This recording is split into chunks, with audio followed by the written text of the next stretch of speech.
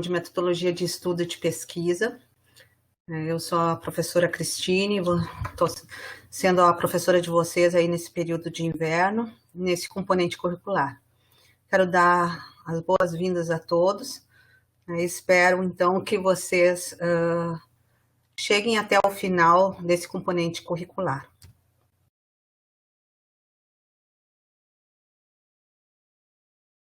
Quero colocar para vocês, então, o planejamento que eu já passei para vocês via Moodle lá, das nossas semanas, mas aqui eu fiz uma síntese, né, do nosso planejamento aí, do componente curricular. Então, a primeira semana que nós já passamos lá, que foi até o dia 26/7, do módulo 1 ao módulo 2, lá na primeira semana, a segunda semana, o módulo 3 e o 4, e agora iniciamos essa semana, né, com o módulo 5, e depois, logo em seguida, eu vou abrir o módulo 6, então. E na quarta semana, o módulo 7 e 8. Sendo que lá, o módulo 8, nós temos a síntese do conteúdo e revisão para a prova. Então, na verdade, o conteúdo em si é até o módulo 7.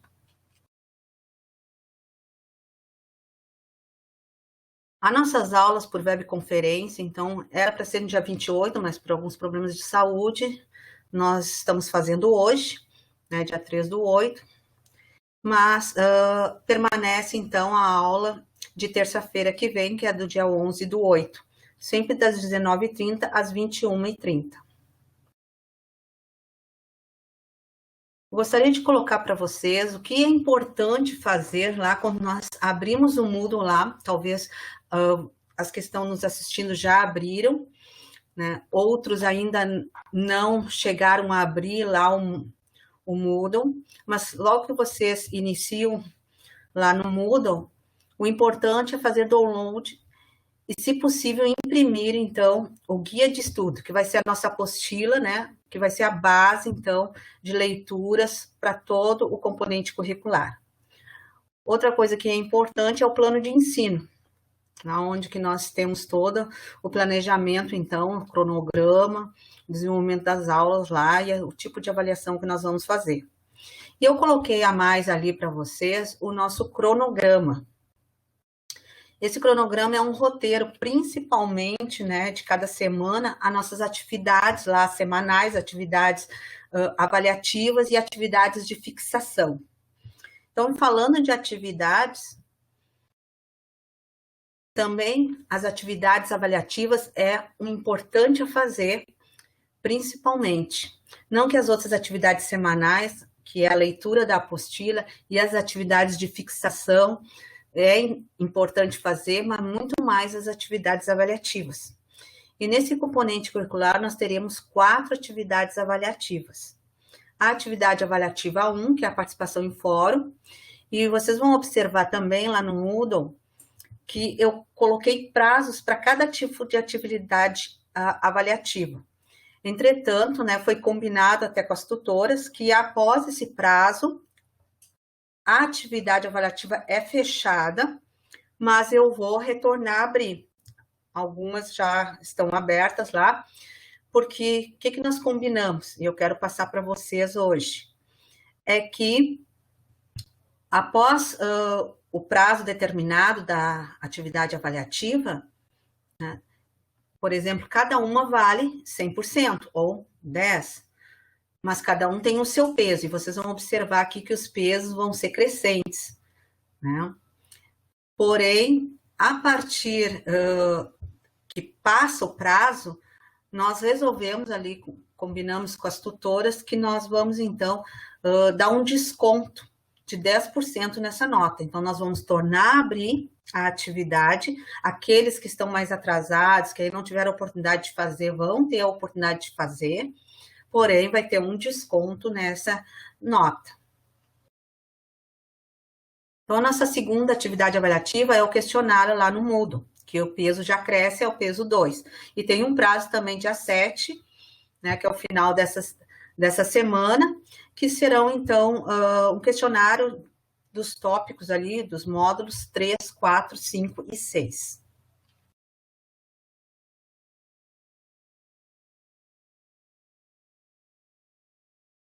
Já passou. Atividade avaliativa 3 é atividade orientada, que logo em seguida também eu já vou estar abrindo ela, né? Ela tem um prazo até dia 12/8, e o peso é 2,5. A partir dali, fecha depois do prazo e retorna a abrir, mas com um desconto daí na nota.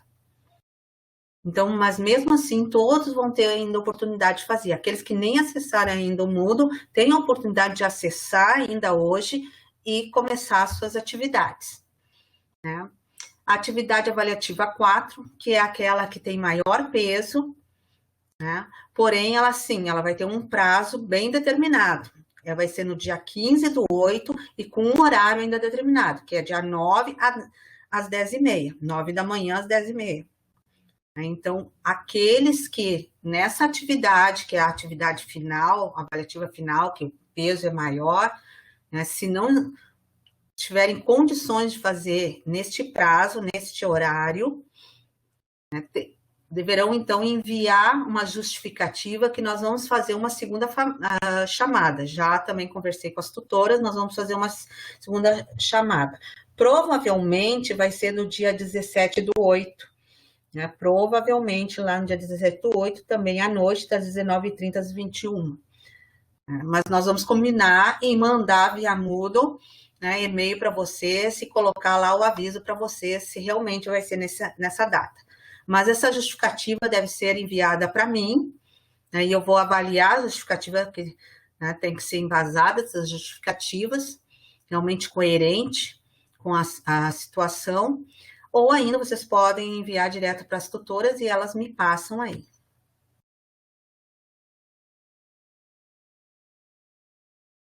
Então, vamos começar aí com o nosso módulo 1, que é os métodos de estudo. Então, aqui neste módulo, algumas orientações aí que nós vamos dar e algumas dicas para leitura, análise e interpretação de texto. Então, é muito mais, assim, começar a colocar para vocês, né, alguns métodos de estudo, ou aquilo que é melhor, né, fazer para nós podermos, então, estudar e fixar melhor, né, a leitura e também fazer a análise e interpretação dos nossos textos aí, seja da apostila, seja de um artigo científico, seja de um livro.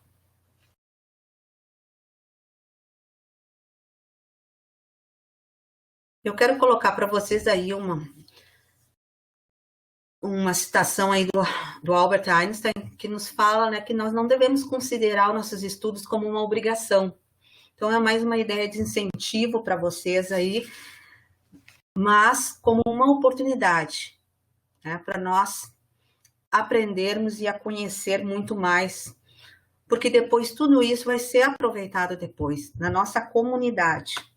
Então, nós temos que ter em mente, né, que estar conscientes também que só ter vontade de estudar, às vezes, não é que funciona, é muito mais do que isso, né? Nós temos que pagar o preço também do estudo. Então, para nós chegarmos lá, então é preciso nós termos coragem e disposição. Através dos vídeos do Moodle, com aqueles que tiveram a oportunidade de assistir, nós vemos lá que tem que ter uma determinação para estudar, para fazer a leitura. E ali também o Alexandre Carnal nos coloca um incentivo à leitura, né? Porque sem leitura, né, nós não somos, ele nos coloca assim como nós não somos nada, entre aspas, né? Porque ele coloca ali, ler é ser, ler é viver. Então, ele nos dá um incentivo a mais para nós lermos, para nós estudarmos, nos dá esse incentivo. Mas, além dessa coragem, dessa disposição, dessa determinação de pagarmos o preço, nós sabemos que a atual conjuntura, né, está um pouco diferenciada. No nosso novo ambiente de ensino e aprendizagem, a gente tem que ter algumas habilidades. Nós estamos em outro tempo, e muito mais agora, nesse tempo de pandemia, as habilidades têm que ser bem maiores agora. Está nos colocando um pouco mais à prova as nossas habilidades. Mas nós temos que ter, então, vamos colocar aí basicamente 3 habilidades aí. Primeiro é nós sermos proativos, né? que é aquela maneira de agir, de pensar antecipadamente ao problema. Então, nós resolvemos as coisas antes, ou pensar antes. A outra habilidade é termos uma visão crítica. O que é termos uma visão crítica? Tem vários conceitos a respeito de ter uma visão crítica, mas, colocando para nós aqui, é analisar, né, o texto, ou analisar, ou ter uma visão de mundo, né? Fugir um pouco daqueles clichês, daquelas coisas, de certa forma, vamos colocar entre aspas, automatizada, né? Fazer as considerações para as leituras que nós lemos, né? O que é as considerações? Colocar a nossa opinião, e de forma crítica, bem fundamentada. Isso é fazer de forma crítica, então. Então, temos uma visão crítica das coisas, do texto, do mundo, de visão de mundo. E outra, então, é a autonomia. Autonomia é mais, então, é sermos competentes. Mas o que é sermos competentes? É buscar os meios para chegarmos ao fim. Então, nós próprios fazermos isso. Pegar, estendermos as mãos e irmos à luta. Ou remangarmos, né? Como dizem, as mangas e irmos à luta. Ou seja, o que nós hoje em dia já fizemos de certa forma. Né? Nós chegarmos e fazermos uma pesquisa, né? Seja no Google, seja num blog, mas quando a gente fala em autonomia, não é em qualquer lugar, e nós vamos ver aí que nós precisamos de algumas fontes de informação adequadas, coerentes, né? Mas nós temos que ter essas habilidades.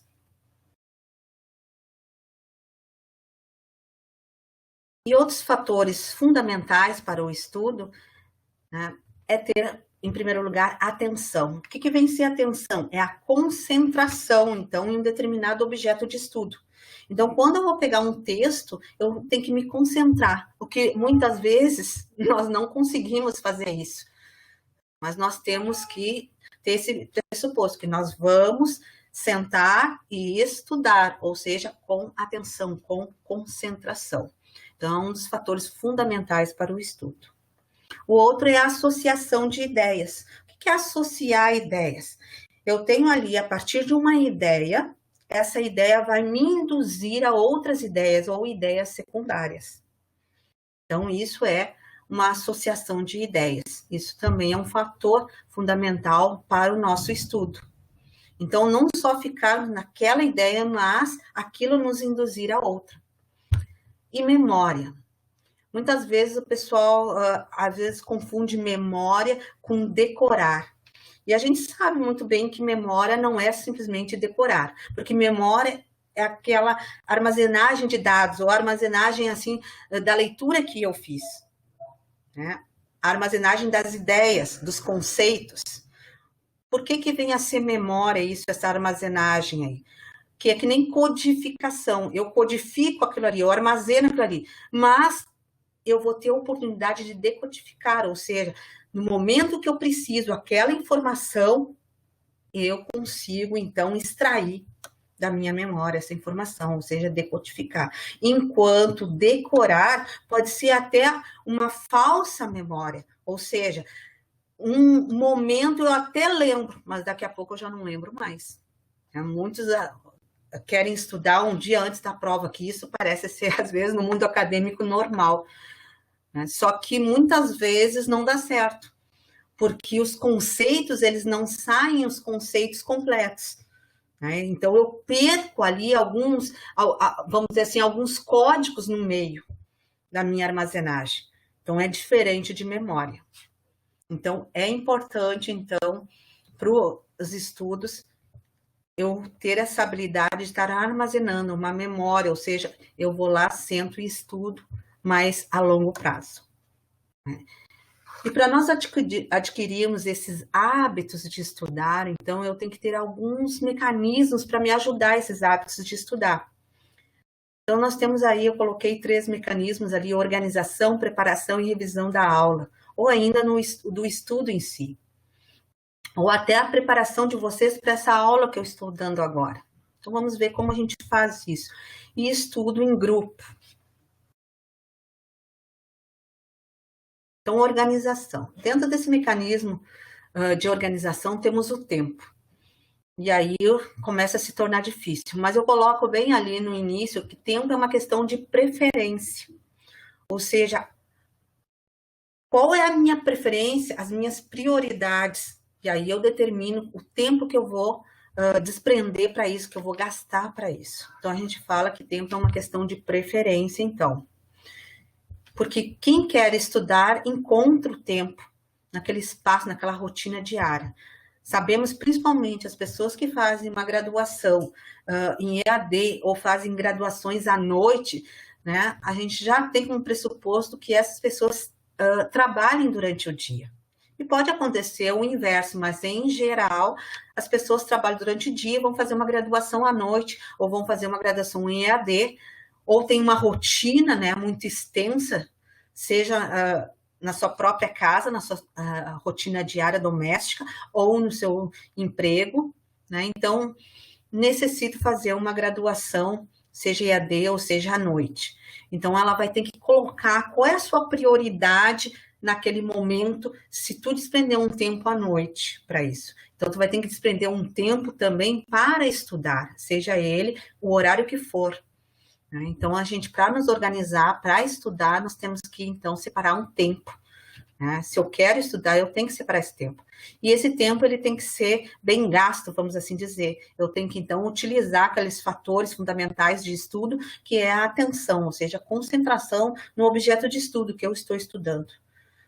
Porque nós sabemos, né, que muitas vezes a gente vai estudar, a gente coloca um prato de comida do lado, liga a TV, ou coloca num filme e vai fazer as leituras. Então, não é esse um bom ambiente que logo nós vamos ver. Então, a gente tem que desprender um tempo, mas também esse tempo tem que ser bem gasto. E para mim formar um hábito de leitura ou de estudo, o bom é que eu separe um mesmo horário todos os dias, ou o mesmo horário, olha, eu vou estudar 2 vezes a semana, mas eu vou estabelecer um horário. O bom é fazer isso. Mas o melhor ainda é que pelo menos você tenha um tempo determinado para o seu estudo. E aí vem o local e o ambiente, como eu estava comentando. Muitas vezes a pessoa, mesmo ela num ambiente mais calmo, ela acaba ligando uma TV, por exemplo. Então, não é adequado fazer isso. Então, para mim organizar o meu estudo, para mim ter hábitos de leitura e de estudar, eu tenho que ter um local apropriado, com boas condições de iluminação, esteja arejado, silencioso, ordenado, organizado ali o local.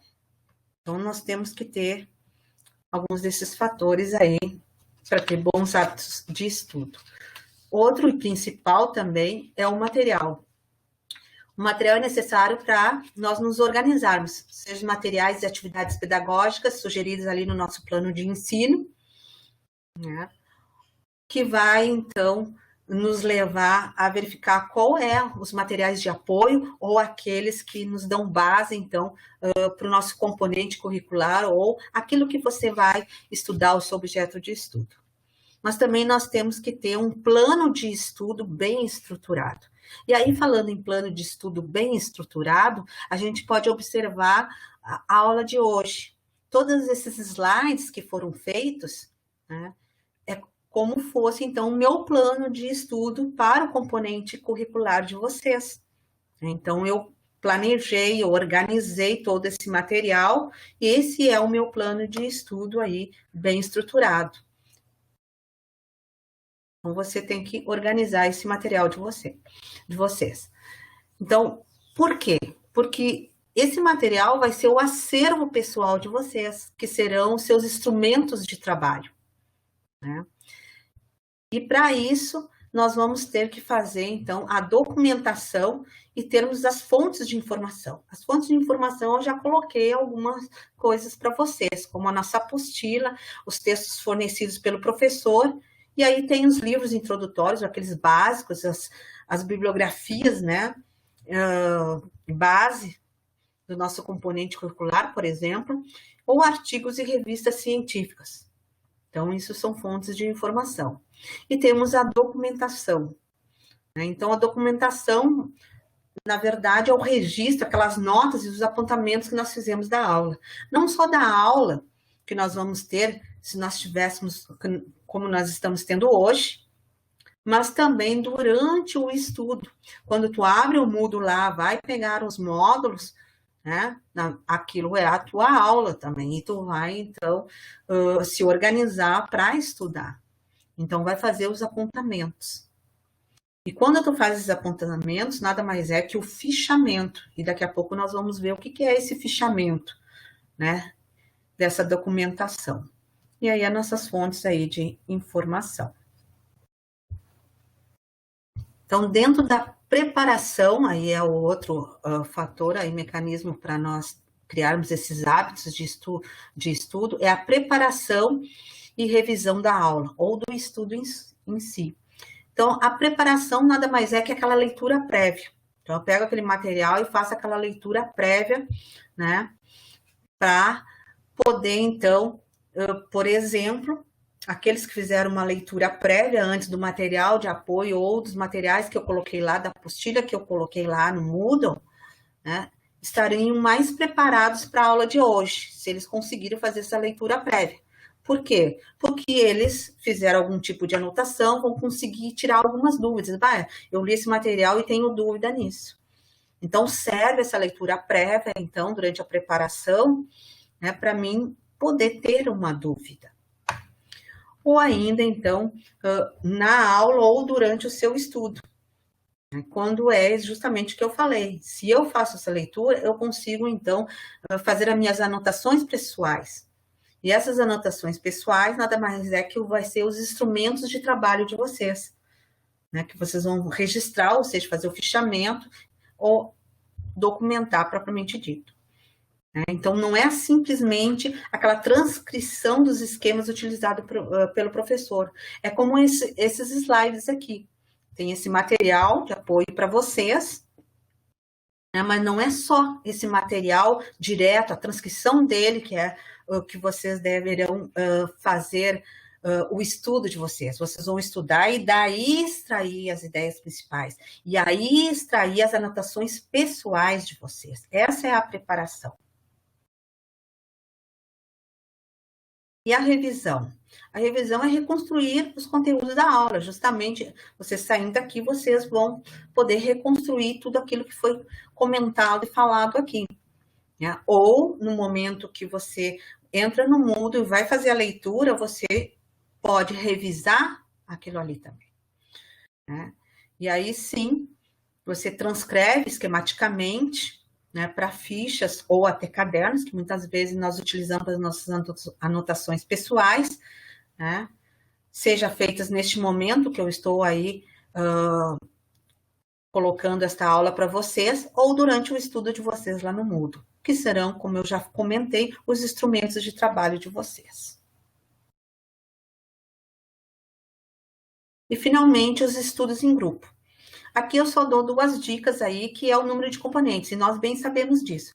Porque se nós reunimos um grupo para estudar, se passar de 5 pessoas, né, com certeza uma não vai fazer mais nada. Então, ou vai dispersar as coisas. Então, é uma das dicas que não fuja de 5 pessoas. São dicas que eu estou colocando aí para vocês. Né? E a coordenação, ou seja, tem que ter alguém para organizar o grupo ali, o que vai ser lido, como nós vamos fazer, né, o nosso estudo neste momento. Como eu vou falar bem direto, para não virar bagunça, né? E como nós tratamos ali, né, de alguns mecanismos ali, vemos que na organização nós temos lá a organização do material. E aí eu coloquei para vocês, que era a anotação ali de vocês, pessoal de vocês, e que vocês deveriam registrar isso aí. No momento que vocês estão escrevendo no caderno ou num fichário, vocês estão registrando. Então, isso é o processo de documentação. Né? E temos as formas ou práticas de documentação.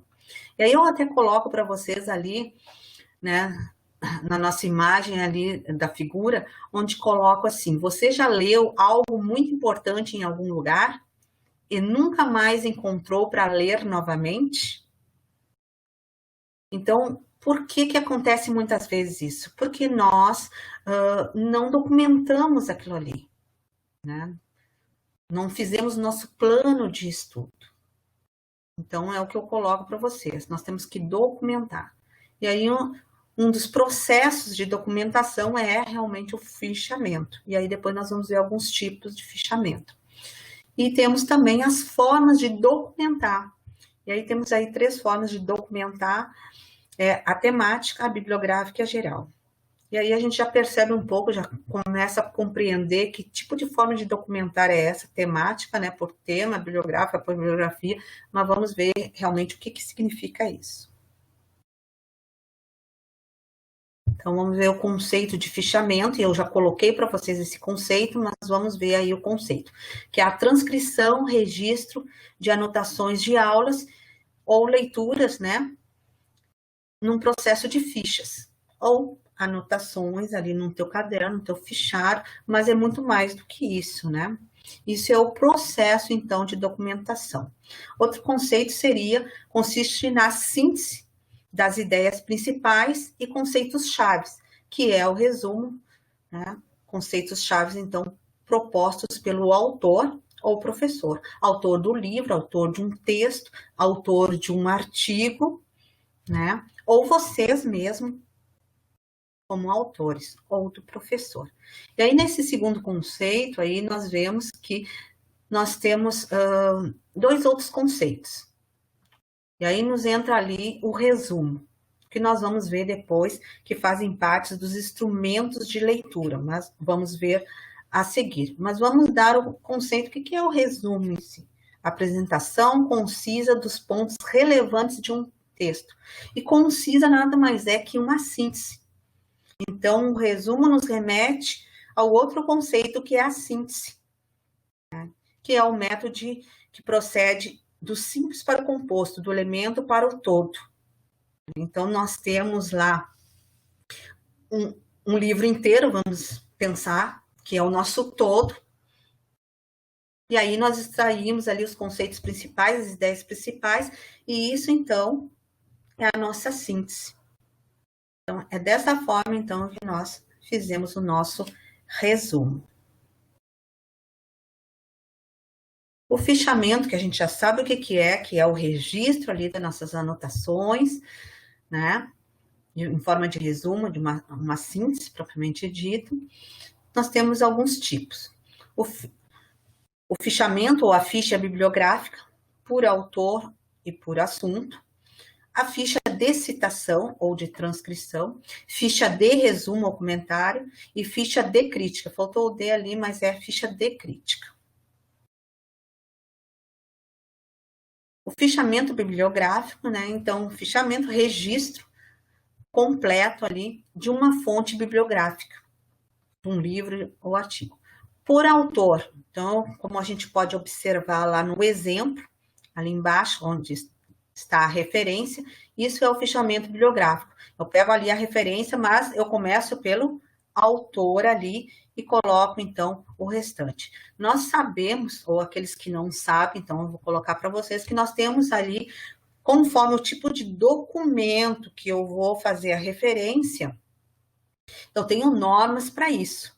Mas aqui no fichamento, como nós mesmos fizemos lá no nosso caderno, lá nas nossas folhas de estudo, vamos assim dizer, né? Não adianta eu simplesmente fazer resumos e não saber de onde saiu. Então, eu tenho que também colocar nessas fichas ou nessas anotações, nesse registro, a referência de onde saiu isso. Senão, eu me perco, né, no meu estudo. Então, um estudo ordenado, organizado, né, eu preciso usar, então, o fichamento bibliográfico. Por assunto. É semelhante lá, né, porque tudo é fichamento bibliográfico, então eu tenho ali a referência para o autor, tudo certo, com todos os dados da minha fonte, da onde eu tirei essa minha informação, mas é por assunto. Então, ali eu coloco, né, antes da minha referência em si, eu coloco o assunto que eu estou tratando ali a respeito dessa referência. Neste caso ali, o nosso exemplo é o conhecimento científico.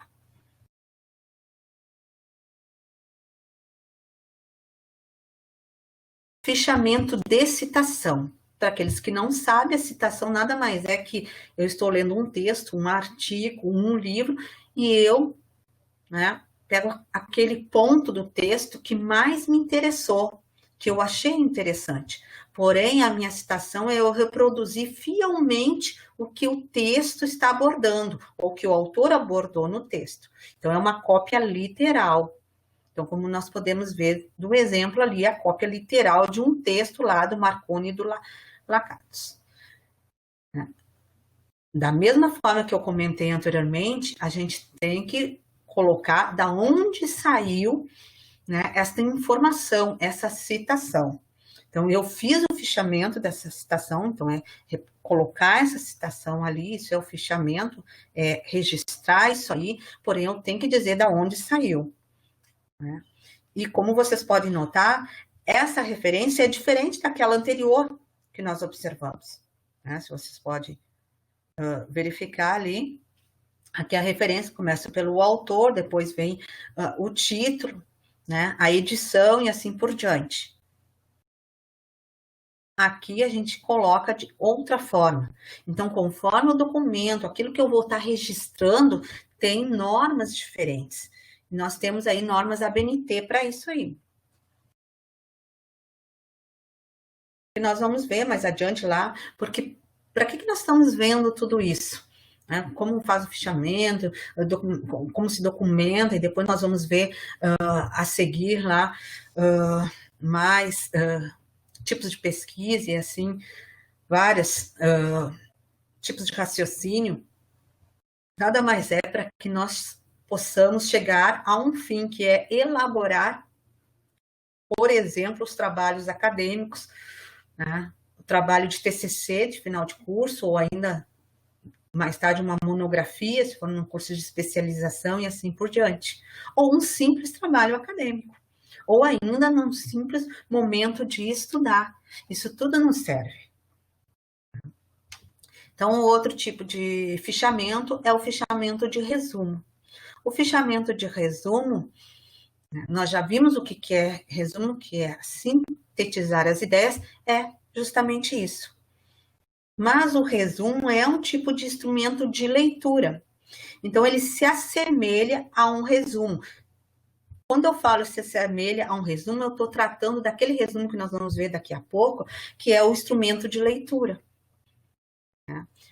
Porque nós vamos ver como se estrutura realmente esse resumo. Mas o que nós temos que fazer, verificar aqui no momento, é fazer uma ficha de resumo, é colocar, né, a ideia principal ali com as nossas próprias palavras. E fichamento de crítica. O fichamento de crítica, ou a crítica provavelmente dita, ou é o registro, né, da reflexão crítica. O que vem a ser essa reflexão crítica? É a minha consideração. A diferença desse fichamento de crítica, dessa reflexão crítica, né, diferente também, ali eu coloquei que se assemelha à resenha, ou ainda a resenha crítica, que é também outro instrumento de leitura, né? Essa reflexão crítica que eu vou fichar ela, que eu vou registrar ela, eu não preciso, né? Eu vou fazer as minhas considerações, eu vou colocar a opinião ali, né? Diferente lá da resenha crítica, eu não preciso fazer toda uma fundamentação em cima dessa reflexão. E aí nós vamos ver lá na resenha que eu preciso fundamentá-la. Aqui não, eu simplesmente coloco as minhas considerações a respeito, né, daquele texto que eu estou lendo. Então, eu registro essa reflexão ali, essa consideração. Então, até o momento, nós vimos aqui os processos de fichamento. Ou os processos de documentação, que é o fichamento. Como eu vou registrar isso aí. Então, os tipos. E eu registro. Agora eu vou ver as formas de documentação. Então, eu tenho documentação temática, a documentação bibliográfica e a geral. A documentação temática, né, o próprio nome já diz, temática, vem de tema, né? É uma classificação por tema ou assunto. Aquele assunto que eu desejo desenvolver. Então, como eu faço esse tipo de documentação? Eu começo, então, justamente pelo tema. O que vocês vão observar que o processo de fichamento, né, e a própria ali, a forma de documentar, todas elas, no final das contas, vai começar com um tema, com um assunto que eu preciso desenvolver. Mas eu abordo ali, eu vou ter que fichar ou classificar as minhas documentações de formas diferentes, né? Seja ela bibliográfica, temática e assim sucessivamente. Então, como nós podemos perceber aqui, documentação temática é por tema. Então, tá lá o meu tema, epistemologia. Ou ainda o título. E aí eu posso colocar um subtítulo, ou um tema, um subtema também. E aí depois nós podemos perceber que tem até uma citação ali. Foi registrada uma citação.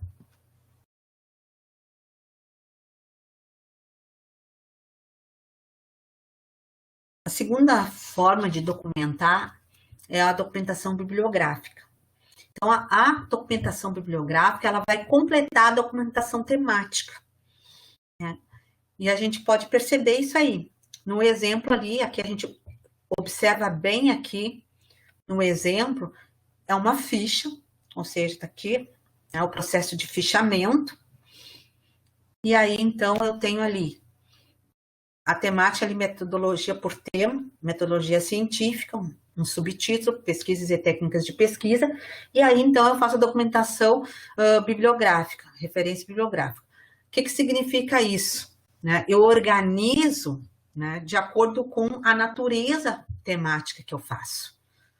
Então, toda o tema metodologia científica, tudo que for tratar de metodologia científica, eu posso ter diversas bibliografias a respeito deste tema, né? Então, eu tenho ali por temática, tudo é metodologia científica, isso é documentação temática, porém, eu tenho diversas bibliografias diferentes, e aí eu vou ter diversas fichas diferentes.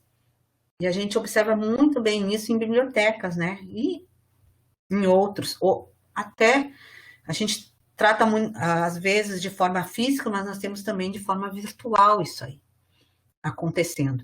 Eu coloco pesquisar metodologia científica lá, vamos dizer, no Google, colocar entre aspas isso aí, né? E aí me coloca diversas pesquisas de diversos artigos, diversos assuntos a respeito, e lá tem também diversos livros, bibliografias. De certa forma, a gente observa que há um tipo de documentar, né, essa pesquisa lá no Google, lá, que foi realizada.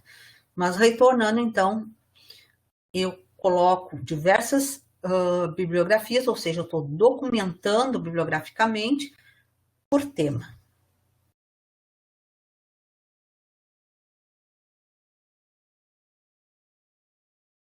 E, finalmente, a nossa documentação geral. A documentação geral vai ser aquela documentação, ou vou documentar, né, aqueles documentos de fontes perecíveis, seja jornal, xerox de revista, apostilas. Então, eu vou arquivar subtítulos classificatórios do seu conteúdo. Então, eu não vou fugir daquele tema, do conteúdo que está sendo abordado, né? Mas a documentação geral justamente é isso, né? De fontes perecíveis, como jornal e assim sucessivamente. Eu coloquei alguns exemplos ali, cópias impressas ou digitais de revistas, artigos, porque muitas vezes nós temos aí xerox de artigos, né? E aí eu acrescentei ali sites, blogs, porque muitas vezes nós temos, né, vamos dizer assim, documentos que nós imprimimos lá, apostilas, capítulos de livros, né? E são cópias perecíveis. Então, eu faço um arquivamento disso aí. E esse arquivamento pode ser fisicamente e também depois virtualmente. Pode acontecer isso. Então, aqui eu coloquei alguns exemplos de documentação ali, né? Como documentar, e aí nós vimos ali à esquerda, mas no alto, nós vemos ali em forma até de arquivamento, de como fosse uma biblioteca, né, que nós conhecemos ali, através, então, daquelas pastas, ali tá, então, documentado. Nós vemos também, né, aqui mais abaixo à esquerda, nós vemos, então, uma ficha, então, uma forma de fichamento e de eu documentar, e aí tem, vamos ver se eu consigo aumentar um pouquinho aqui.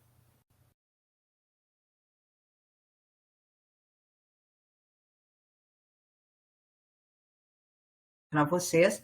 Aqui eu tenho, então, como fosse uma ficha, aí tem a classificação do documento e a subclassificação, e depois eu, né, anexo ali o documento em si. Então, eu estou fazendo um registro e estou, então, também, né, documentando aquilo ali. Outra forma que é nossa, pessoal, é aqui, né, através de um fichário ali, estou registrando, né, fazendo um fichamento.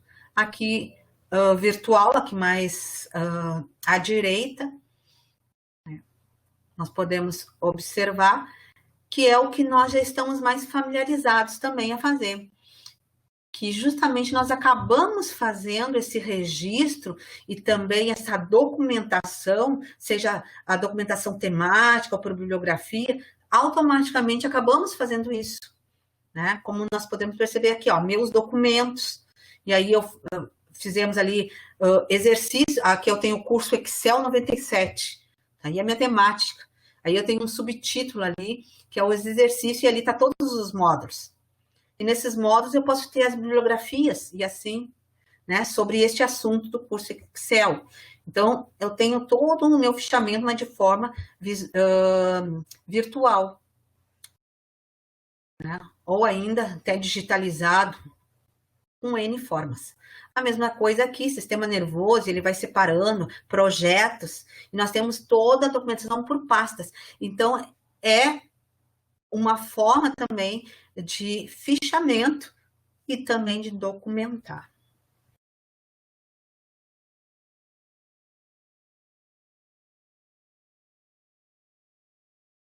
Então, observamos ali os processos e as formas de documentar o nosso material, aquele objeto também do nosso estudo. Vamos agora, então, ir ao estudo propriamente dito, que é a leitura desses textos, é a leitura de um livro, de um artigo, né, para mim poder estudar. Então, eu coloquei algumas diretrizes para a leitura, e eu chamei assim de leitura analítica, né? A leitura analítica nada mais é que a análise ali, textual e interpretação de texto propriamente dito, né? Então, essa leitura, ela vai, então, delimitar o meu texto propriamente dito, para mim poder fazer essa análise. Então, eu tenho 3 diretrizes ali. Então, a primeira coisa, né, é separar a unidade de leitura.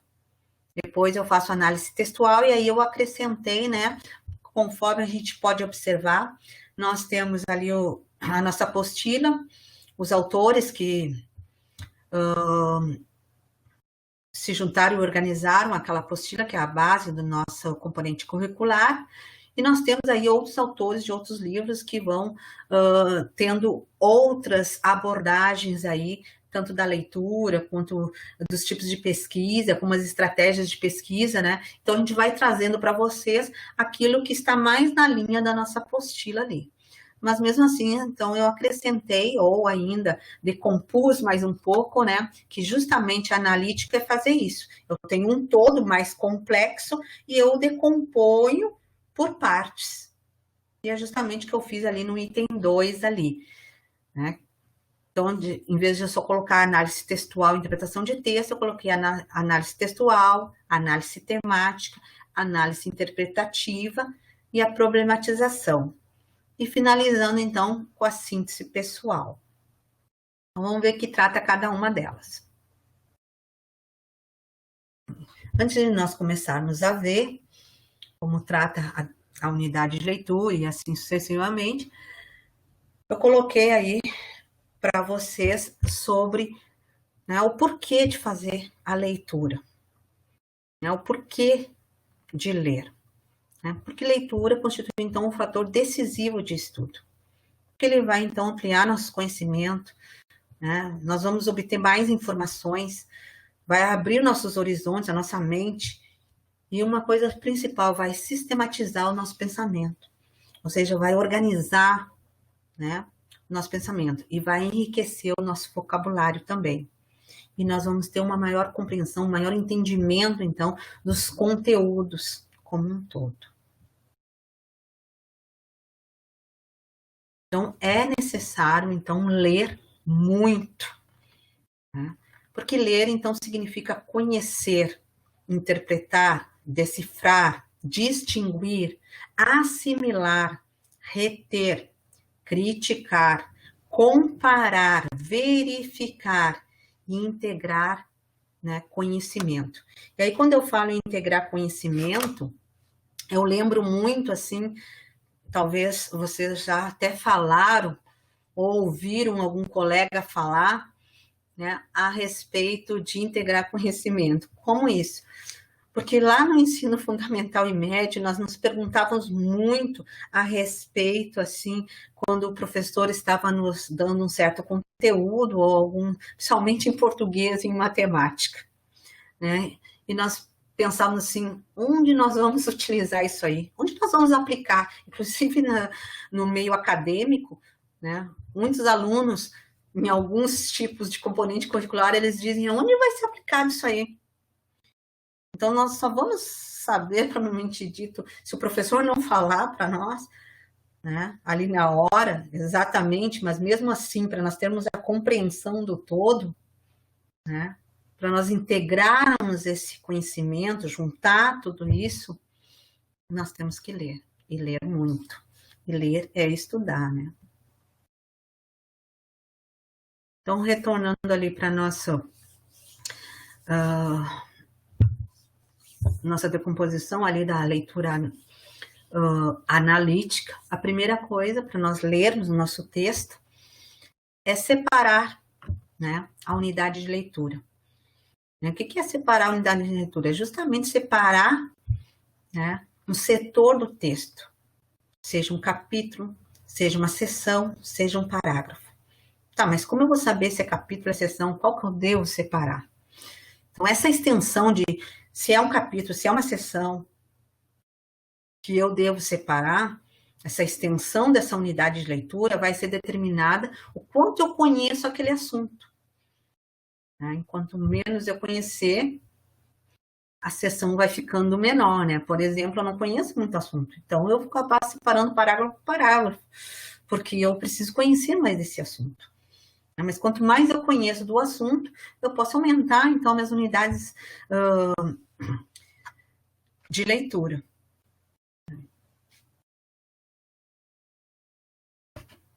Antes de nós entrarmos lá na análise, interpretação de texto, ou análise textual, temática, e assim por diante, quero colocar de forma rápida para vocês aí as fases de leitura, né? Que é o reconhecimento ou prévia, a busca, que é a busca do assunto. Né? Eu faço uma prévia, assim, um reconhecimento, realmente. Depois tem uma fase exploratória, né, da leitura, ou seja, uma pré-leitura, uma sondagem, eu vou localizar algumas informações. E aí eu entro na seletiva, que eu vou, então, sublinhar as ideias, efetuar as minhas anotações ali, buscar no dicionário aquelas palavras que para mim não foram tão óbvias assim. E eu vou fazer até mesmo uma reflexão, uma crítica, vou fazer minhas considerações ali e fazer uma interpretação, mas daquele texto que eu estou lendo.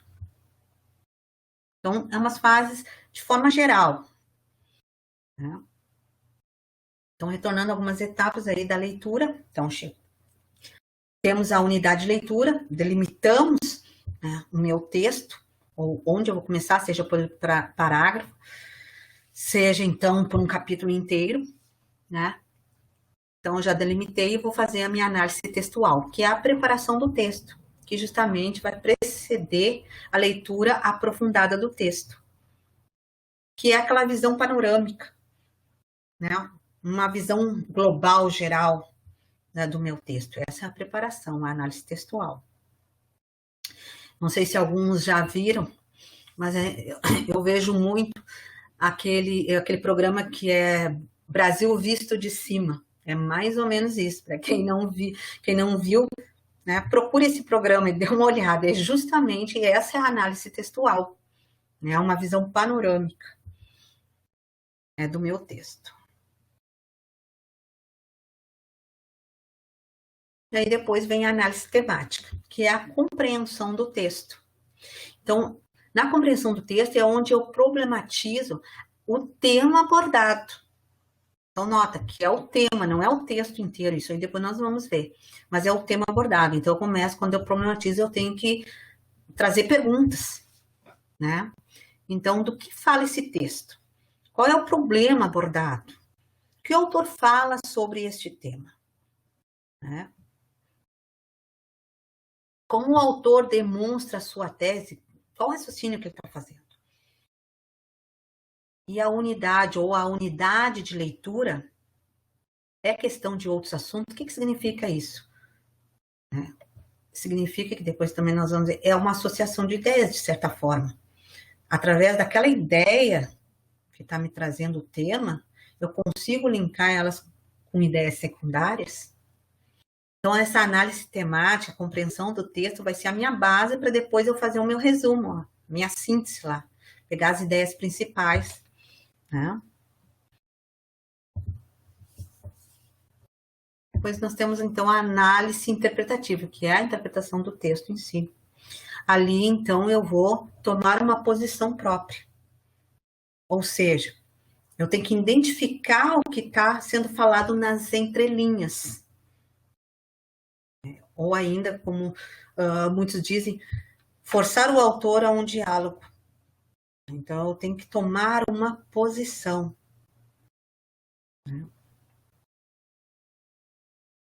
A respeito do que eu estou lendo, é claro. E ainda associar as ideias, ou ter uma associação de ideias do texto com outras ideias semelhantes, que é justamente isso, né, que nós vimos anteriormente ali, mas aqui, quando nós estávamos na compreensão do texto, ali é a questão da temática, do tema.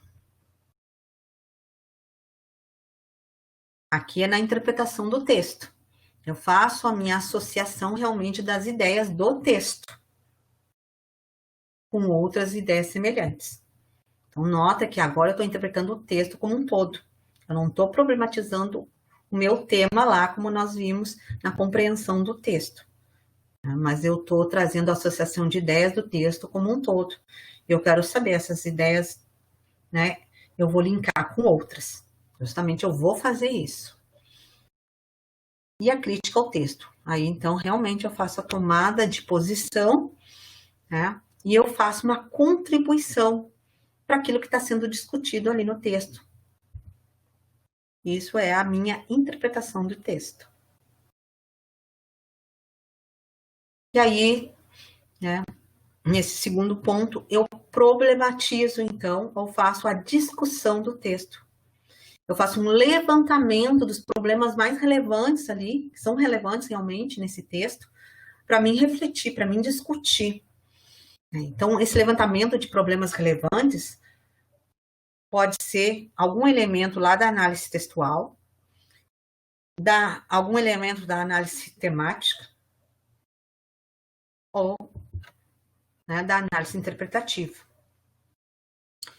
Então, quero colocar esse ponto aí da problematização é diferente da problematização do tema do texto que nós colocamos lá. Aqui é a problematização de todo o meu texto. Eu levanto problemas relevantes, seja da análise textual, seja da análise temática, seja da análise interpretativa, o meu texto como um todo.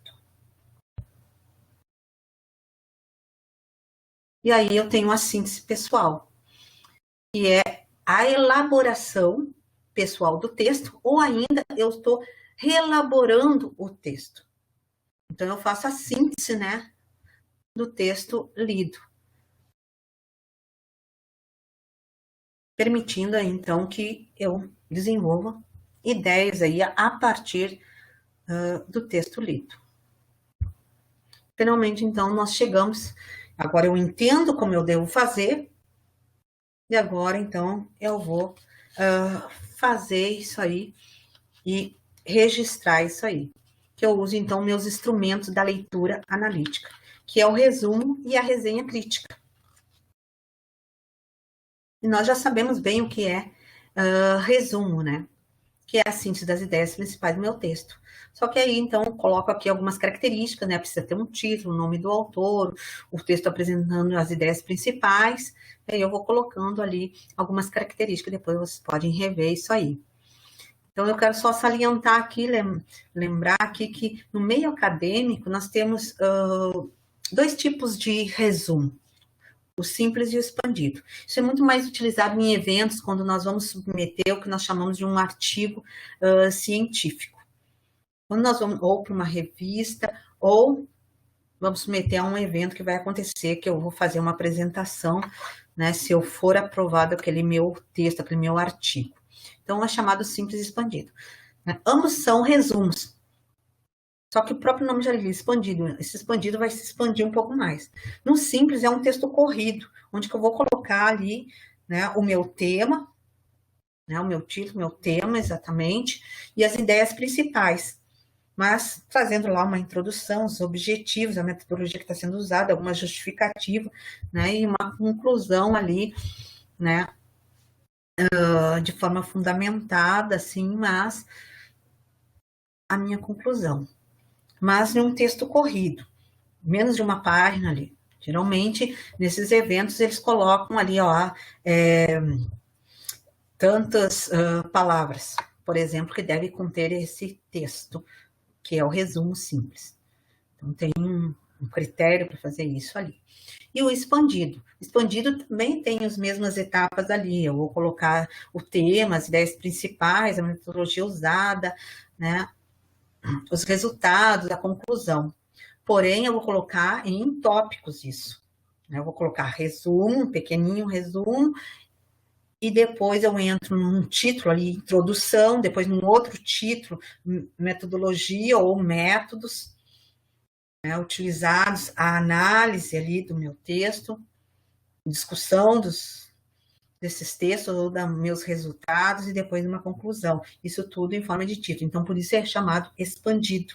Agora, não vai ser mais corrido, mas eu vou retirar daquele resumo e vou expandir ele. Então, tem esses dois tipos aí. E temos a resenha, ou também chamada de resenha crítica, que é justamente uma transcrição mais detalhada e mais aprofundada, né, que amplia o trabalho de síntese que é semelhante lá ao resumo. Né? Mas qual é a diferença entre os dois? Existe uma diferença entre os dois. A diferença é que na resenha, ou resenha também chamada resenha crítica, é que aqui justamente eu vou fazer a minha consideração. Eu vou fazer a minha análise crítica do livro, da obra que eu li, do capítulo do livro, do texto que eu estou lendo. Então, diferente do resumo. No resumo, eu simplesmente vou lá e coloco, né, tudo que está sendo lido ali ou foi realizado. Aqui, na resenha, ou resenha crítica, não, eu vou, então, aprofundo, detalho mais, né, e coloco uma crítica a respeito do texto lido, né, que foi colocado. Existem alguns tipos, não vou descrever aqui, conforme o autor, ele coloca muitos mais tipos de resenha, descritiva, opinativa, críticas ou científicas, mas só quero fazer uma colocação. A resenha ou resenha crítica é muito mais utilizado Nós conhecemos o pilar ou a tríplice, né, da nossa universidade ou das universidades em si, que é ensino, pesquisa e extensão. E nós temos revistas chamadas revistas de extensão, e essas revistas de extensão geralmente é onde mais utilizam as resenhas críticas. Então, ao invés de artigos completos, como alguns periódicos ou revistas, são chamadas revistas, do meio mais das exatas, mais alguns outros meios, até da humanas, mas eles utilizam artigos completos, como a gente fala, né? A área de extensão utiliza muito mais resenhas e resenhas críticas. E também são muito mais utilizadas as resenhas que a gente observa ao longo dos anos na área de humanas. Mas não que não tenha na área de exatas também, mas muito mais na área de humanas. Então, até aqui nós colocamos algumas dicas, algumas orientações para vocês a respeito, então, sobre o método de estudo lá e algumas orientações de leitura, análise e interpretação de texto, dando algumas dicas como documentar, como registrar, né, como deve ser a leitura, né, separar a unidade de leitura, fazer a compreensão, a interpretação dela. Então, passamos agora ao módulo 2, que é ciência, metodologia e pesquisa. Aqui no módulo 2, nós temos que encontrar respostas para algumas perguntas, como o que é ciência, o que é metodologia, o que é pesquisa.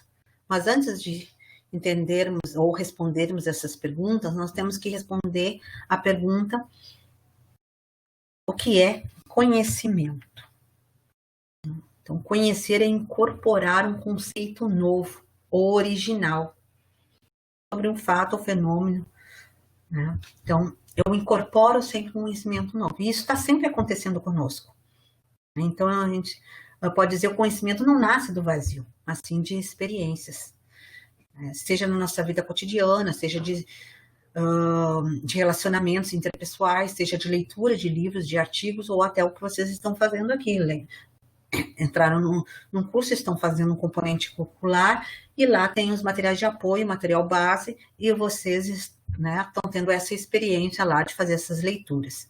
Então, constantemente nós estamos incorporando conhecimentos novos, porque só nós, como seres humanos, somos capazes, então, de criar e transformar o conhecimento, aplicar o que nós aprendemos, criar um sistema de símbolos, né, para registrar esse conhecimento. Só nós conseguimos fazer isso. E aí nós entramos, né, na formação desse conhecimento. Quando a gente fala em formação, depois nós vamos ver, formação nada mais é que pesquisa. Né? Formar o conhecimento, na verdade, tem a ver com pesquisa, em investigar. Por isso eu coloquei ali processo de pesquisa. Mas o processo de pesquisa nós vamos ver lá no módulo 5. Não vai ser hoje, vai ser na próxima semana. Mas, como trata a formação do conhecimento, é um meio de investigação, que vem a ser a nossa pesquisa. Mas quando nós falamos conhecimento científico, aí, então, acrescentamos essa palavra científico, esse tipo de conhecimento tem que estar em conformidade com as premissas do método científico. Também nós vamos ver o que é o método científico, mas vamos abordar aqui de uma forma geral o que vem a ser esse método científico. Depois nós vamos ver as etapas desse método científico. Então, quando a gente fala em premissa, nós estamos falando, então, do raciocínio, dos argumentos, e aí nós temos aí, tem outros tipos, mas vamos ver esses dois aí, que é o de indução e de dedução, ou ainda, melhor falando, né, o de indutivo ou dedutivo, né, os argumentos que nós temos. Que a gente já pode perceber, todas essas três figuras aqui, né, elas são iguais, né, só dispostas de algumas formas diferentes, mas é a mesma coisa. Então, o que nós podemos observar aqui? Que, na verdade, o raciocínio ou o argumento indutivo, né, é aquele que sai de um caso particular, ou seja, de uma experimentação, de uma observação, né? E aí eu generalizo. Ou ainda eu saio de uma observação e aí eu vou para uma teoria. Ou ainda uma generalização. E o contrário, ou seja, eu saio de uma teoria, de uma generalização ou universal e particularizo. Tá aqui, ó. Universal e particularizo. Então, esse aqui é o meu, alguns chamam de método, né? O meu raciocínio, o meu argumento dedutivo. Só que neste meio aqui, né, para mim sair daqui e chegar até aqui, ou vice-versa, se for dedutivo ou indutivo, eu tenho que, então, ter as hipóteses ou as premissas aí, os testes de hipótese aí nesse meio de campo, para fazer o meio de campo aí.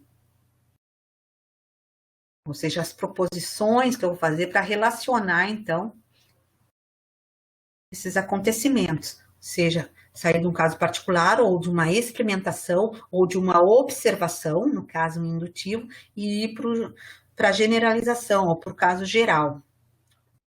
Eu não gosto de botar caso geral, mas de generalização. Ou sair do genérico, da generalização, e ir para o particular, né, que é o dedutivo.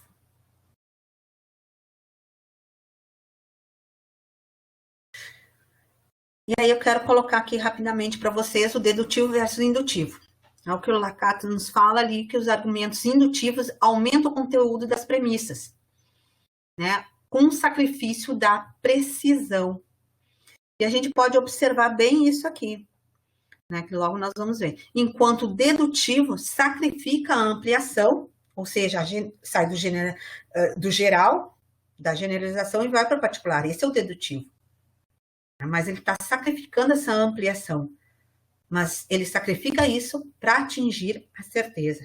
Então, o que isso nos remete? Na verdade, o raciocínio dedutivo, né, ele parte de premissas verdadeiras, então, consequentemente, ele vai ter a conclusão, vai ser verdadeira.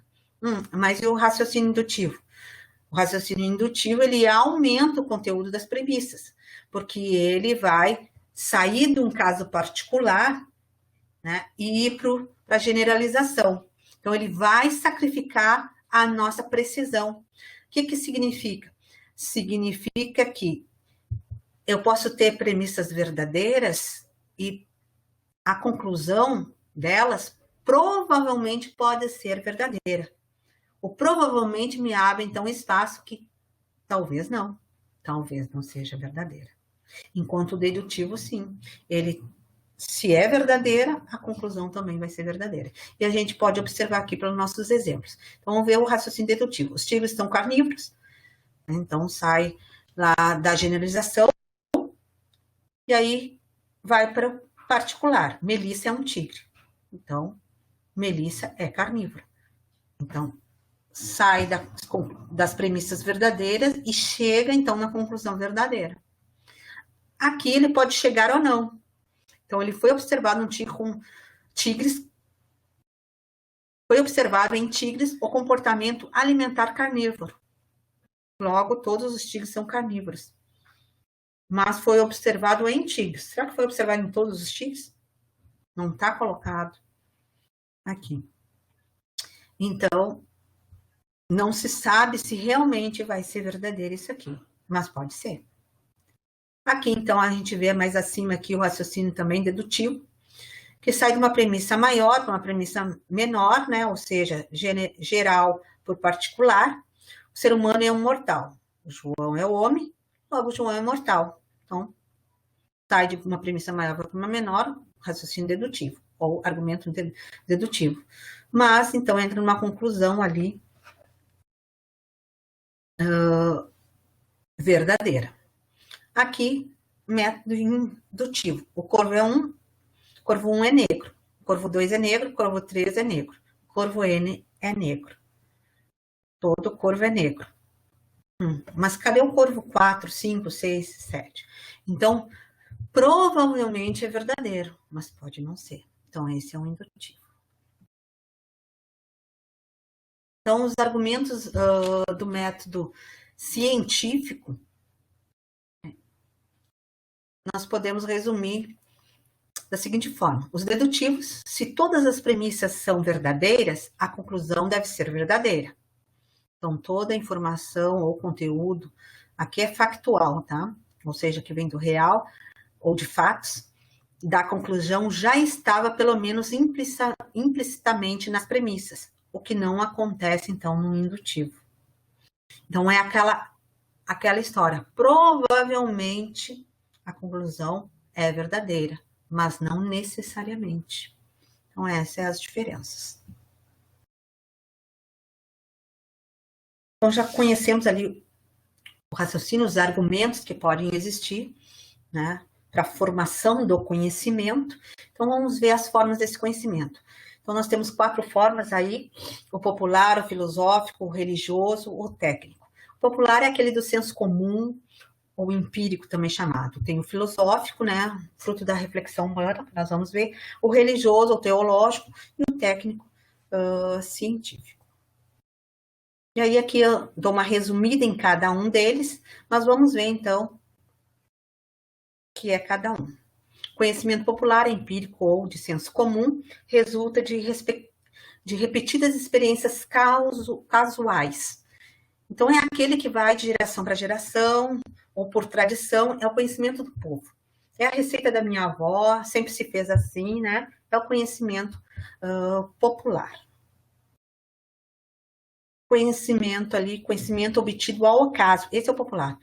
Um exemplo bem disso é, por exemplo, que nós, acho que vários já fizeram, passaram por essa situação. Nós temos a chave, a gente vai abrir uma fechadura, e ela está emperrada.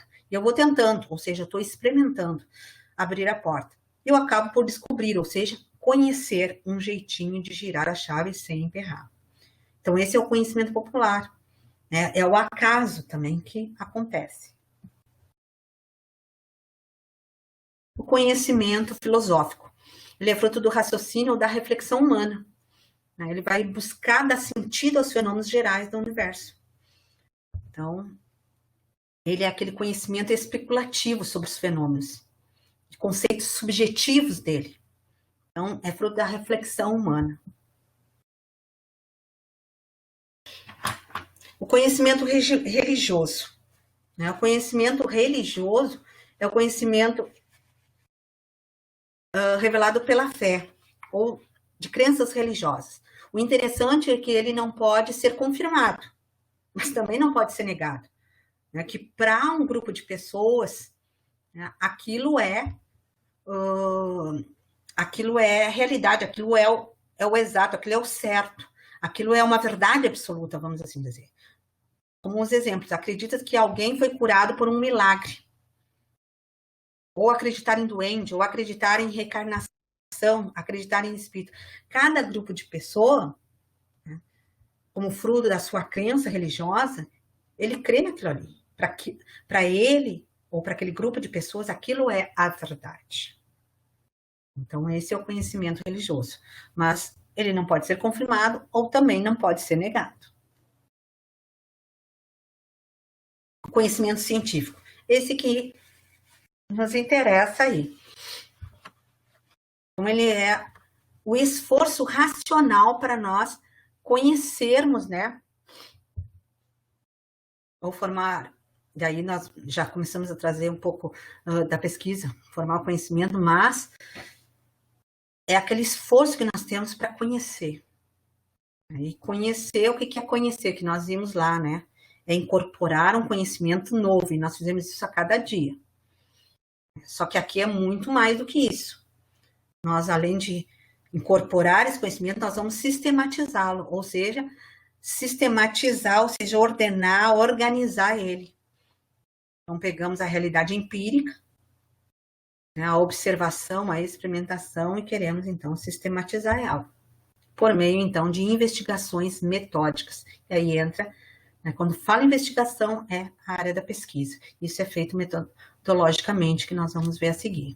Só que quando nós falamos em conhecimento, e aí colocamos a palavrinha científico, então nós temos que estar em conformidade com as premissas do método científico. E nós vimos ali quais são as premissas ali, o método indutivo e dedutivo. Né? Então, o conhecimento científico, ele é um conhecimento produzido pela investigação científica. Então, nós queremos explicar ou sistematizar tudo isso, né? Mas também explicar e testar, né?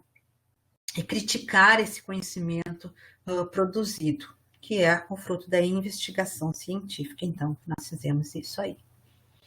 Então, ele é um conhecimento racional, sistemático, exato, verificável da realidade. E ele é feito através dos procedimentos, e isso é metodologia científica. E aí, um exemplo de descobrimento de uma vacina que evita uma doença. Então, isso é exatamente o que nós estamos passando agora. Aí temos as fases das pesquisas aí que eles estão fazendo para a vacina do coronavírus, né? Então, eles estão passando por todo esse conhecimento científico, toda essa metodologia científica ali, tem a fase 1, fase 2 e assim sucessivamente. Então, é o nosso conhecimento científico. E aí nós temos as formas de conhecimento, que é algumas características aí e condições, né, para o conhecimento, seja o religioso, senso comum, filosófico, científico. E aí, cada um deles tem as suas características ali, né? O religioso, ele é valorativo, ou seja, é atribuído um valor infalível e exato, sistemático, não verificado, e assim cada um deles, né, tem as suas condições e características, que depois, então, vocês podem estar fazendo a leitura deles ali. E aí, como nós estamos falando de conhecimento, e conhecimento tem a ver com raciocínio, nós vimos lá a formação dele, tem a ver, então, com os pensamentos científicos. E aí vamos trazer duas escolas ou duas linhas de pensamento aí, que é o positivismo e o construtivismo. O positivismo, inaugurado por Auguste Comte, lá o francês, ele traz, então, a verdade a priori, livre de qualquer contexto, ou seja, independente do pesquisador. Então, não há intervenção do pesquisador, ele procura interferir o mínimo possível no processo de aquisição do conhecimento, ele fica neutro a tudo isso. Então, a gente diz que a verdade é uma representação de uma verdade em si. E a ciência é o objeto do conhecimento. Então, ou seja, o conhecimento vai convergir, então, né, para ciência e vice-versa, ou seja, a ciência está ali através do conhecimento. Já no construtivismo, a verdade é uma construção. Por isso a gente diz que a ciência é o projeto do conhecimento. Então, está sendo construída, enquanto ali, no positivismo, só estou representando ela. Ela já tem ali a verdade a priori. Então, ela só é uma representação. Enquanto no construtivismo eu tenho o projeto do conhecimento, na ciência é isso. Né? Então, eu estou construindo a verdade ali. E ela coloca ali, através de modelos ali, está sendo. Aqui, sim, o pesquisador ele vai intervir. Né? Constantemente. E aí, então, as duas escolas de pensamento, positivismo e construtivismo. Né? O positivismo, então, uma representação do real. Na verdade, é isso, uma representação do real e o conhecimento absoluto dela. Isso é a linha de pensamento. Enquanto o construtivismo, ele é o projeto, ele é um modelo construído para aproximação sobre o modo de funcionamento da realidade. Então, está constantemente sendo construído, é o meu projeto, né? Isso é a linha construtivista.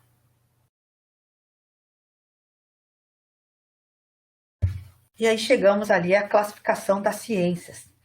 Então, já sabemos que é conhecimento lá, já verificamos. Vamos ver, então, o que é ciência. Aí temos essa classificação aí sobre ciência. Aí temos as ciências formais e factuais, e aí nas formais temos a matemática e a lógica, né? Que é a matemática e a lógica. E as factuais, ou seja, o real, o palpável, a natural e a social. E aí as divisões de cada uma delas ali. Então, o que é ciência? É o conjunto, então, de conhecimentos. Só que agora é conhecimentos precisos e metodologicamente ordenados, sistematizados. Então, isso é ciência. A gente pode observar bem isso naquela classificação, né? Que esses conhecimentos precisos estão bem ordenados ali. Então, o conceito é a sistematização dos conhecimentos. É a investigação metódica e organizada. Então, isso é ciência. E a classificação lá nós vimos, então, formais e factuais. As formais estudam as ideias ou objetos abstratos, enquanto as factuais estudam as coisas, né? E elas são divididas, as factuais, naturais e sociais. As naturais estudam a natureza e as sociais, o ser humano e suas interações. Classificação das ciências. As ciências formais, então, estudam as ideias, ou seja, a lógica puramente. Por isso, então, nós temos como exemplo a lógica, a matemática, a teoria dos sistemas. Então, os objetos abstratos. Ou ainda os axiomas, né? Não precisa ser explicado, não precisa ser experimentado, é aquilo ali. Isso é o axioma. A outra, que nós vimos ali, as factuais, né? As que são as ciências empíricas. Então, elas estudam, então, o mundo perceptível, a evidência empírica. Por isso, então, as naturais e as sociais. As naturais estudam o universo, né? Os fenômenos da natureza, os aspectos físicos e não humanos. Enquanto, então, as sociais estudam os aspectos mais sociais do mundo humano, né? A vida social dos indivíduos. Parte mais coletiva ali, a antropologia, estudo da comunicação e assim sucessivamente. E além dessas classificações que nós vimos, nós temos outras classificações da ciência, de acordo com seus fins, que temos aí as puras e aplicadas, puras ou fundamentais, aquelas que elas vão se preocupar, então, com os conceitos básicos, e não vão se preocupar com a prática em si. Não interessa isso. Ou seja, ela vai identificar e expressar a regularidade do fenômeno, como, por exemplo, né, as leis de hereditariedade ou a primeira lei de termodinâmica. Então, se preocupa com os conceitos básicos, não com a prática em si. E já as aplicadas se preocupa com essa prática aí, né? Aí, novamente, a ciências puras ou fundamentais é verdade pela verdade. Se preocupa, então, com os conceitos básicos. E as aplicadas vão se preocupar, então, com a aplicação daquele conhecimento para a solução de problemas práticos. Então, é a nossa pesquisa e desenvolvimento, ou inovação, né? Ou até empreendedorismo, que nós hoje atualmente falamos. E, finalmente, as ciências sociais aplicadas, que é onde está, então, a ciência da administração, que vão estudar, então, os fenômenos sociais, como as organizações públicas, né? Mas a parte organizacional. E aí, o que é metodologia ali? A metodologia, então, e método, e aí vamos ver. Então, já sabemos que é conhecimento, que é ciência, vamos ver que é método e metodologia. A metodologia se interessa, então, pela validade do caminho. Então, nós não podemos nos confundir com o conteúdo, que é a teoria, e nem com os procedimentos, que é os métodos e técnicas. Então, eu vou dizer que a metodologia é o meu caminho. E aí, para mim poder sair de um início até o final, ou aonde eu quero chegar, que é esse caminho, a minha metodologia, eu preciso aí a parte teórica, preciso os métodos a serem utilizados. Então, não vamos confundir, então, metodologia ali. Aí tem ali alguns conceitos de metodologia, o estudo do conhecimento dos métodos, então eu estudo os métodos, né, para a realização das pesquisas, que é o fim que eu quero chegar. Então, ela corresponde a um conjunto de procedimentos. E aí os métodos nada mais é que aquelas etapas ordenadas.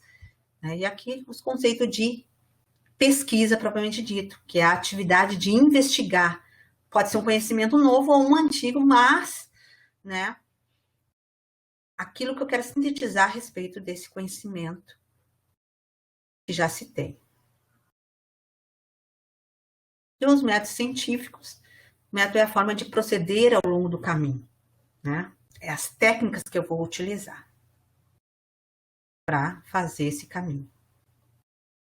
E aí, lembrando lá dos meus métodos científicos, do meu método de dedução e indutivo, eu vou abrir um pouco para as etapas do método científico, né? Então, já vimos lá a observação, ou seja, a experimentação, aquilo que é o particular, o caso particular, né? Faz parte, então, das etapas do meu método científico. Então, começo na observação, depois eu tenho a caracterização do meu problema, o levantamento de dados, e aí eu formo a minha hipótese. Trata-se de uma possível explicação para um determinado fenômeno, para aquele caso lá. E depois eu testo isso aí, que pode ou não gerar uma lei ou uma teoria, que é uma hipótese testada por vários experimentos, pode gerar, então, uma teoria ou um modelo. Ou uma lei que só pode ser formulada após determinada quantidade de observações semelhantes. Então, isso vai ser verificado após o teste de hipótese, que pode ser, então, posso aumentar um pouquinho aqui para vocês verem, um pouco mais aqui, né? Essa hipótese pode ser verdadeira ou falsa. Se ela é falsa, eu posso elaborar, então, novas hipóteses ou mudar, então, essa hipótese. Se for verdadeira, eu vou para os resultados, para a discussão e passo, então, para a teoria ali. Isso é as etapas do meu método científico. Mas o meu método científico, ele tem algumas condições que são necessárias ali, né? Para mim poder utilizar esse método científico. As condições necessárias do método científico falam a respeito de replicabilidade, precisão, falseabilidade, algumas condições, né? E parcimônia. O que é a replicabilidade? Eu posso replicar o estudo ou experimentação que eu fiz, né? Mas também qualquer outro cientista pode fazer isso, né? Em outro contexto. Então, e vai ser replicado isso aí. E precisão. A precisão fala a respeito, então, dos conceitos teóricos ali, né, que devem ser bem definidos, ou seja, de tal forma preciso, né, que o outro pode medir isso. Então, ele é tão preciso ou de forma organizada, né, os conceitos teóricos, que o outro, então, pode, então, medir isso, fazer e vai dar certo. E a falseabilidade. Esse é um método científico que não pode faltar. A falseabilidade fala também da teoria que deve ser, então, ser capaz, então, de ser refutada, rejeitada. Então, eu posso ter aquele teste de hipótese não validado. Isso é a falseabilidade. E parcimônia. Parcimônia trata, então, de privilegiar, então, o menor número de premissas. Ou ainda, tem o princípio de economicidade que se fala. Ou seja, os cientistas não podem, então, formar premissas ou hipóteses complexas. Tem que ser mais simples, né? Então, isso é parcimônia. E a pesquisa em administração? A pesquisa, a gente já viu que é investigar, mas a pesquisa em administração, ela tem caráter transdisciplinar e generalista. Mas não significa isso que ela vai se perder no meio de soma de partes de outras áreas. Mas, na verdade, ela vai fazer um olhar diferenciado para essas diferentes áreas, sobre os fenômenos a partir da intersecção, então, de diferentes perspectivas teóricas ali. Então, é um olhar diferenciado. Então, essa é a pesquisa em administração. Vai ser também a formação de conhecimento, mas numa dinâmica dialógica entre teoria e prática, um novo olhar para ser investigado, ou sistematizado aquilo que já existe. Então, já respondemos aí o que é metodologia, o que é ciência, o que é toda essa parte aí de conhecimento, que é a ciência, metodologia lá e pesquisa em administração. Então, já temos a ideia aí de que é cada uma áreas do conhecimento. E vamos ao módulo 3. O módulo 3, então, vai me falar sobre os tipos de pesquisa. Então, agora, como eu vou fazer, então, as minhas pesquisas. O conceito de pesquisa, a gente já sabe que é investigar, mas é um conjunto de atividades orientadas. E tem o objetivo, sim, de explicar e prever ou controlar um determinado fato ou fenômeno. Então, pesquisar é buscar, é procurar, é investigar, responder alguma coisa. E na ciência é a busca de solução a um problema. Então, eu quero solucionar um problema. Então, a arte de pesquisar já é a arte de fazer uma pergunta. Como? Por quê? Para quem? O que? Aonde? De que forma?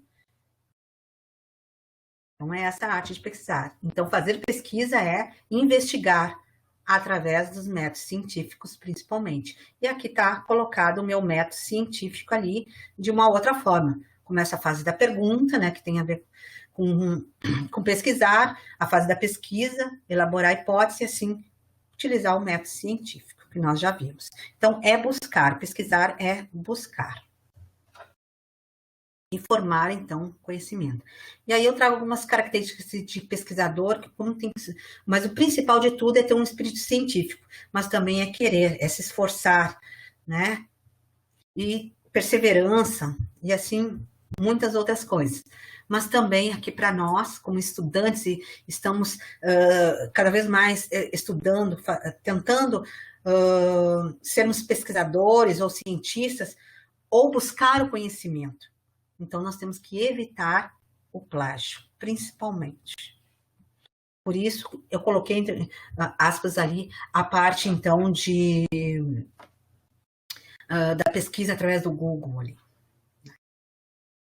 Que, às vezes, nos traz, então, fontes de informação não muito corretas. Então, depois nós falamos a respeito.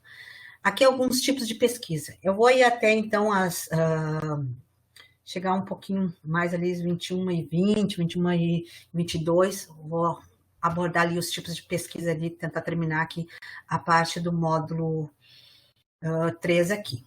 Quanto à abordagem, a metodologia em si, então a qualitativa, a quantitativa e a mista ali, que é qual e quant.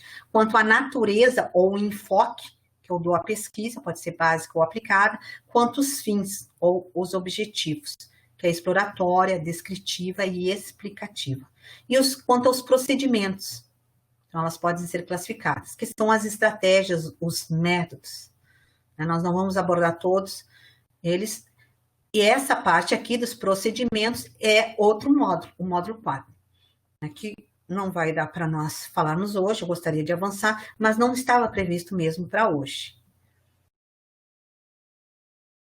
Então, quanto à natureza, o que é a natureza? De acordo com o meu enfoque. Então, básica e aplicada. A básica é semelhante lá à ciência básica e à ciência aplicada, que envolve verdades e interesses universais, enquanto a aplicada é verdades e interesses locais.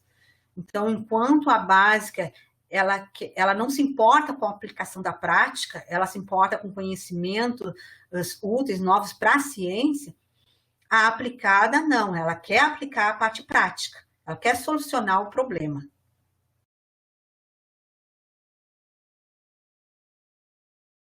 A abordagem ou tipo de pesquisa quanto ao objetivo da pesquisa, ou seja, o propósito da pesquisa. Então, exploratória, explicativa e descritiva. A exploratória, né, é aquela que vai dar mais familiaridade com o problema de pesquisa. Ou seja, vai expressar por uma pergunta de partida, que isso é o meu problema de pesquisa. Expresso por uma pergunta, né? Que nem nós vimos ali, faça a sua pergunta no método ali de pesquisa. Então, o objetivo de uma pesquisa exploratória é justamente eu me familiarizar com essa pergunta, com um problema de pesquisa, ou seja, problematizar. É a pesquisa exploratória. A explicativa, o nome já diz, ela vai explicar a razão, o porquê dessas coisas, né? Identificar os fatores que vão determinar ou contribuir para a ocorrência dos fenômenos, vai explicar isso aí. Já a descritiva, não. A descritiva, ela vai descrever as características de determinada população. E aí já me fala muito, um pouco da parte mais estatística, né? Que tem população, amostragem, né? Ou amostras, que nós vamos ver também depois isso, mas vou trazer aqui o conceito de população rapidamente, conjunto definido e delimitado de elementos. Então, ela vai descrever as características de determinada população ou fenômeno, né? Então, através daqui, ó, de técnicas padronizadas de coleta de dados. E quando nós falamos isso, já estamos falando um pouco de a parte mais estatística, então. segundo a abordagem de pesquisa, ou seja, modo de tratar a pesquisa, quantitativa, qualitativa e quanti-qualitativa. A quantitativa, né, o próprio nome já diz, quantidade, ou seja, ela vai traduzir os números, aliás, as opiniões e as informações na forma de números. Então, ela vai mensurar isso aí. Ela vai medir a realidade estudada. E a qualitativa não. A qualitativa, ela não vai, então, traduzir nada em números. Ela vai discutir essa realidade que está sendo observada. Né? Essas relações entre os fenômenos. E já a quali-quant, que é a mista ali, ela vai combinar as duas. Vai traduzir em números, mas também vai discutir essa realidade. Né? Então, quanto a essa abordagem de pesquisa qualitativa, quantitativa e quali-quant. E, finalmente, ali, o módulo 4, que a gente pode, se quiser, então, rapidamente entrar, mas daí depois eu posso, então, trazer, só quero colocar essa primeira abordagem aí para vocês, né, que é a quarta abordagem, vamos assim dizer, que é de procedimentos, ou seja, as estratégias de pesquisa.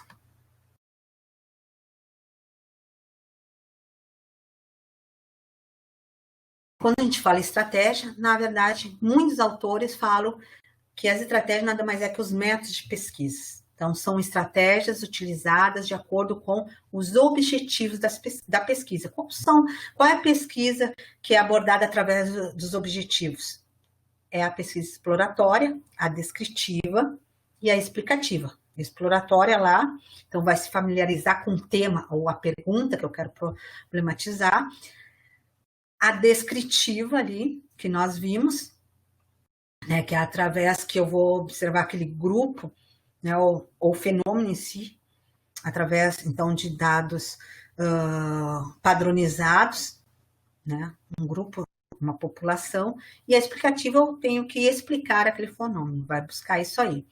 E essas podem ser adequadas ou inadequadas. O que significa isso? Que eu tenho várias estratégias, e essas estratégias vão ser aplicadas às pesquisas exploratória, descritiva ou explicativa. Ou seja, uma estratégia pode funcionar com a exploratória, mas não funciona com a explicativa e vice-versa. Então, pode ser adequadas ou não adequadas.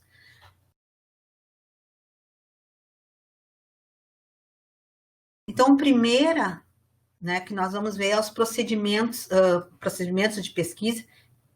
Segundo os procedimentos de pesquisa, que é a minha estratégia, que é os meus métodos, né, é o experimental. E aí, então, nós vamos deixar para a aula que vem esse experimental, que realmente eu coloquei aqui, se desse o tempo, a gente ia avançar. Mas o que nós queríamos hoje é chegar até o módulo 3. Eu queria chegar um pouquinho mais, porque já que foi transferida para o dia de hoje, a aula que eu tinha que dar uma semana antes, eu queria avançar um pouquinho. Mas nós já avançamos aqui, depois nós vamos ver aí os procedimentos de pesquisa, um deles o experimental, eu só vou colocar, mas semana que vem eu vou abordar melhor, né, o survey, o documental, ou a pesquisa documental, a pesquisa, o estudo de caso, que é um método, né? Alguns dizem, a pesquisa, estudo de caso. Mas é uma estratégia, é um método de pesquisa. E a etnográfica. E aí eu coloquei mais umas aqui, ó, que conforme o nosso autor, e que está sendo bem estudada, mas que nós vamos ver, então, na próxima semana. E, finalmente, aqui, só para colocar, nós vamos ver o horizonte de tempo dessas pesquisas, né? Que será o corte temporal que eu pretendo dar. E aí, depois nós vamos ver o que significa isso. E eu gostaria, então, de agradecer a todos que me ouviram, obrigada por hoje, né? Eu queria deixar um pensamento aí com vocês, né? Que só se aprende a estudar estudando, né? Só se aprende a ler lendo, e só se aprende a escrever escrevendo. Eu queria deixar essa reflexão aí para vocês, né? Sei que muitas vezes é cansativo, mas lembra que nós temos que dar prioridade, ter um tempo para estudar, né, e seguir, né, algumas diretrizes para leitura, alguns mecanismos para ter o hábito de estudar. Então, seria isso aí que nós teríamos, então, para hoje. E aí, então, eu quero deixar para vocês aí esse tempo aí, finalizando, avancei mais um pouquinho no horário, porque nós começamos 15 minutos depois, né, do início da aula, para ver se nós conseguimos que chegassem mais alunos. E aí eu abro aí espaço, vamos ver aqui algumas perguntas aqui dos alunos, se temos algumas perguntas aí sobre o que nós abordamos. Aí nós vemos aí não temos perguntas, né? Então eu deixo para as pessoas que nos ouviram hoje, os alunos que nos ouviram hoje, eu quero que eles dêem uma olhada aí, todo o assunto, e aí então nós, para a próxima aula, eu acho que a gente pode até, nesse tempo, que às vezes a gente vai esperando uns 10 minutos antes, 15 minutos antes, a gente pode, aqueles que têm dúvidas, poderiam até fazer antes dessas dúvidas, a gente de repente já tirar um pouco antes as dúvidas desta aula. Ou ainda até pode me enviar e-mail ou e-mail para as tutoras e a gente vai respondendo, então, de acordo aí.